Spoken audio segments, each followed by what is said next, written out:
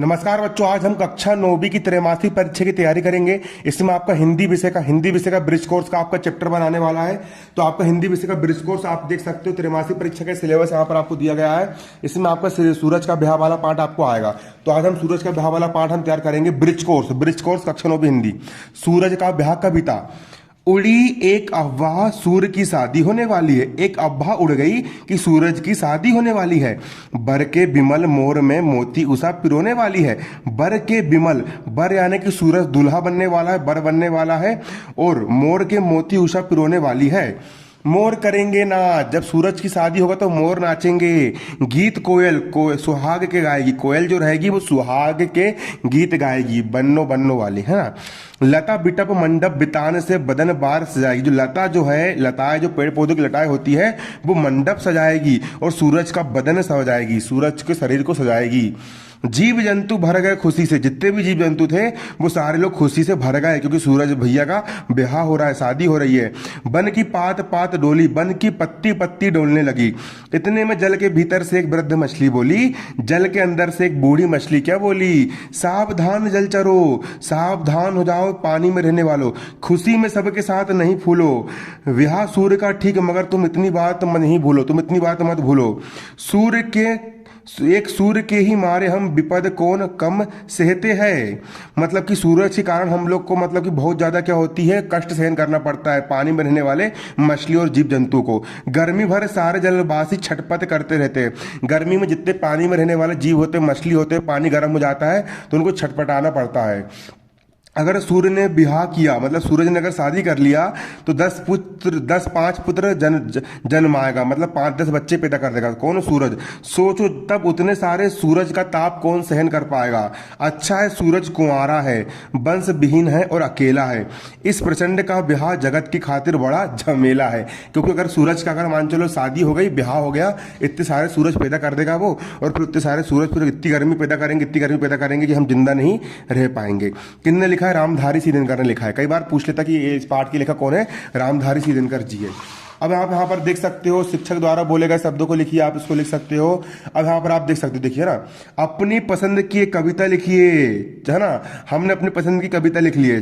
बढ़े चलो फूल बिधे हो या काटे हो, रहा ना अपनी छोड़ो तुम, है ना। चाहे जो विपदाएं आए मुख को जरा ना मोड़ो तुम, साथ रहे या ना रहे साथी हिम्मत मगर ना छोड़ो तुम, नहीं कृपा की भिक्षा मांगो करना दीन बन जाओ तुम, बस ईश्वर पर भरोसा रखो पाठ प्रेम का पढ़े चलो। बढ़े चलो भाई, बढ़े चलो, बढ़े चले भाई, बढ़े चलो। इसको आपको भरना है, इसको आपको लिख लेना है। अब यहाँ पर आप देख सकते हो बच्चों, आपका कार्यपत्रक 3 यहाँ पर क्या कह रहा है, पेपर में इंपॉर्टेंट है, इसको आईएमपी लगा लीजिए, पेपर में आ सकता है। निम्नलिखित शब्दों में से कुछ तद्भव और कुछ तत्सम शब्द सम्मिलित है, इन्हें चुनकर अलग अलग करना है। तत्सम शब्द और तद्भव शब्द। तद्भव शब्द किसको बोलते हो? देसी शब्द होते हैं ना, मिट्टी हो गया, है ना, मिट्टी हो गया, ये सब तत्सम शब्द होते हैं। क्या होता है? आपके तद्भव शब्द होते हैं। और तत्सम मतलब जो संस्कृत वाले शब्द होते हैं। जैसे कि अगर मैं मुंह बोल दूंगा, मुंह, मैंने बोल दिया मुंह, तो वो हो गया आपका तद्भव। और मैं बोलूंगा मुख, अच्छा लग रहा है पढ़ने में, तो उसको हम बोलेंगे तत्सम, संस्कृत से निकला हुआ शब्द है, ठीक है। तद्भव में क्या आएगा आपका? अगर मैंने बोल दिया हाथ, धाजे वाला हाथ, अगर मैंने हाथ बोल दिया वो आएगा आपका तद्भव। और मैंने बोल दिया हस्त का मतलब भी हाथ होता है, लेकिन वो जाएगा तत्सम। हस्त हो गया तत्सम। मिट्टी आपका तद्भव है। साग भी आपका तद्भव है। मौर भी आपका तद्भव है। अगर मृग बोलेंगे तो तत्सम। भीत, है ना, भीत भी आपका तद्भव है। स्वप्न, सपना बोलेंगे तो तद्भव है, लेकिन स्वप्न अच्छी भाषा का उपयोग करें तो वो हो गया आपका तत्सम। मृतिका भी आपका तत्सम होगा। शाक, आप देख सकते हो, शाक कैसे शब्द है बच्चों? शाक आप देख सकते हो, तो यहाँ पर इसको भरना है। देखो, तो तद्भव कौन से? मिट्टी, मोर, साग, भीत, चांद, है ना। और तत्सम कौन से होंगे? हस्त, स्वप्न, शाख, मित्र, चांद, है ना। तद्भव कौन से होंगे आपके? देख सकते हो आप, समुद्र क्या है आपका? तद्भव है ना। झरना भी तद्भव है, हाथ भी तद्भव है, गौरव भी तद्भव है, सपना भी क्या है? तद्भव है। मछली भी तद्भव है, कान भी तद्भव है, हिरण भी क्या आपका? तद्भव है। लेकिन तत्सम क्या कौन है? श्रृंखला, हस्ती, पात, विद। जो अच्छे शब्द होते हैं, जिनको बोलने में अच्छा लगता है, हस्त हो गया, है ना, ठीक है। ये आपके तत्सम होते हैं, जो आपके संस्कृत से निकले हुए होते हैं। अगला आप देख सकते हो बच्चों, यहाँ पर आपके समान तुक वाले शब्द। क्या आपके समान तुक वाले शब्द? दुकान का समान तुक, देखो, कहर का नहर, दुकान का टुकान, मुकान, सुकान, लुकान, है ना। कहर का नहर, कान का मान, रात का बात, मकान का दुकान।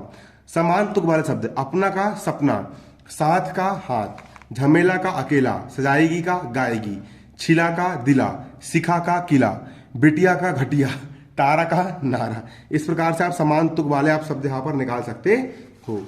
अगला यहाँ पर आप देख सकते हो बच्चों, अगला यहाँ पर आपको क्या आने वाला है, कविता में आए नए शब्दों के अर्थ लिखना है। जैसे कि अफवाह किसको बोलते, अफवाह किसको बोलेंगे, उड़ती हुई खबर को हम अफवाह कहते हैं।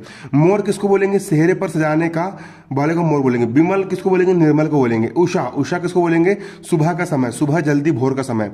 सुहाग किसको बोलेंगे, शादी पर जाने वाला है ना गीत, है ना, सुहाग, है ना। सुहाग मतलब पत्ती को भी कहते हैं। बिटप किसको बोलेंगे, वृक्ष या पेड़ को बोलेंगे। मंडप किसको बोलेंगे, मंडप बोलेंगे हम, मंडप जो अपन छाया हुआ जो बोलते हैं उसको मंडप बोलेंगे। बितान किसको बोलेंगे, बिस्तर या फैलाव को हम बितान बोलेंगे। पात, पात किसको बोलेंगे, पत्ता, पत्ता। वृद्ध यानी क्या होता है, बुजुर्ग होता है। इसके बाद आप देख सकते हो यहाँ पर आपका अगला क्या है, वंदन बार, माला से सजाना। जलचर किसको बोलेंगे, जल में रहने वाला जीव जलचर कहलाता। विपत किसको बोलेंगे, संकट को बोलेंगे। प्रचंड यानी अति उग्र बोलेंगे। खातिर किसको बोलेंगे हम, के लिए, है ना। खातिर यानी किसी, खातिर मतलब किसी के लिए। कंवारा यानी जो कुंवार जिसकी शादी ना हुई हो, लिख देना यहाँ पर। ताप, ताप यानी गर्मी, तापमान। वंशहीन यानी संतानहीन, जिसका कोई वंश ना हो, संतान ना हो। झमेला यानी होता है झंझट या बखेड़ा। छटपट किसको बोलेंगे हम, परेशान होने को हम कहते हैं छटपट। छटपटाना मतलब परेशान होना। अगले यहाँ पर आप देख सकते हो, अगले यहाँ पर क्या लिखा है देखो, आपको मतलब कि आंसरिंग पैसेज आपको आ सकता है, मतलब अपठित गद्यांश। कहती सारी दुनिया जिसे किस्मत, नाम है उसका हकीकत में मेहनत। मतलब जिसको पूरी दुनिया किस्मत बोलती है, किस्मत अच्छी है। किस्मत विस्मत कुछ नहीं होती, जो कुछ भी होता है मेहनत होता है। जो बच्चा किस्मत के भरोसे पेपर देने जाएगा वो फेल हो जाएगा, और जो बच्चा अपनी मेहनत पर भरोसा रखता है, जो पढ़ाई लिखाई करेगा वो पास हो जाएगा। जो रचते हैं खुद अपनी किस्मत, वे कहे जाते हैं साहसी। जो अपनी किस्मत को खुद रचते हैं, जो अपनी खुद मेहनत करते हैं, वो साहसी कहलाते हैं। और जो करते हैं भगवान से शिकायत की, भगवान ने मेरे साथ ऐसा कर दिया, भगवान ने मेरे को फेल कर दिया, वो रहते हैं आलसी। गंवार लोग मेहनत नहीं करते, पूरा दोष भगवान पर बनते हैं। जो रुक गया मिट गया उसका नामो निशान, जो चलता रहा अपनी मंजिल को पा गया। जो रुक जाएगा, जो पढ़ाई लिखाई नहीं करेगा, उसका नामो निशान मिट जाएगा। और जो चलता रहेगा, जो पढ़ता रहेगा, वो अपनी मंजिल को पा लेगा। खुशी के हकदार वही जिन्होंने अपने दुख को सहा। जो दुख को सहते, जो पढ़ाई करते, मेहनत करते हैं, वो खुशी के हकदार है। और छोड़ के दामन फूलों को कांटों की राह को चुना।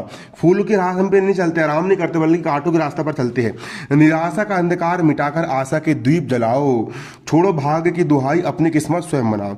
हकीकत में किस्मत किसे कहा गया है, मेहनत को, मेहनत को ही किस्मत कहा गया है। जो अपनी किस्मत रचते हैं उन्हें क्या कहते हैं, हम साहसी कहते हैं, जो अपनी खुद की किस्मत रचते हैं। अगला, सच्ची खुशी का हकदार कौन है, जो दुख सहन करता है वह सच्ची खुशी का हकदार है।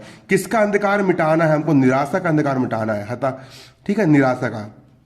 अगला, किसे छोड़ने पर किस्मत बनती है, भाग की दुहाई को छोड़ने पर भैया किस्मत बनती है। जो रुक गया मिट गया उसका क्या है, नामो निशान। जो रुक गया उसका मिट गया उसका नामो निशान। जो रुक जाएगा उसका नामो निशान क्या हो जाएगा, मिट जाएगा।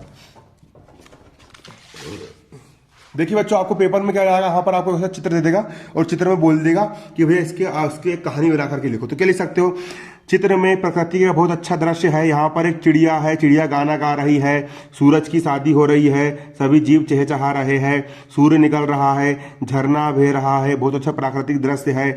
इसके साथ साथ पक्षी चहचहा रहे हैं, बादल पानी बरसा रहा है, फलाना फक्कड़ हो रहा है। आप इसको लिख सकते हो, ठीक है। चिड़िया पिंजरे से बाहर निकलना चाहती है।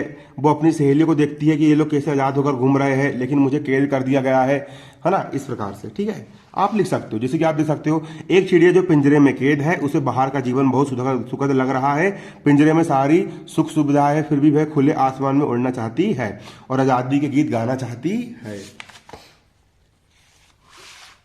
अगला आप देख सकते हो, आपका यहाँ पर क्या भरने के लिए बोल रहा है, सुबह उठकर आपने क्या क्या किया उसके बारे में लिखिए। तो सुबह उठकर आपने क्या क्या करे, सुबह उठे, ब्रश करे, पानी नहाए, सोच करने के लिए गए, उसके बाद फिर क्या करे, नाश्ता करे, उसके बाद फिर पढ़ाई लिखाई करे, जो जो करे हो वो लिख दो।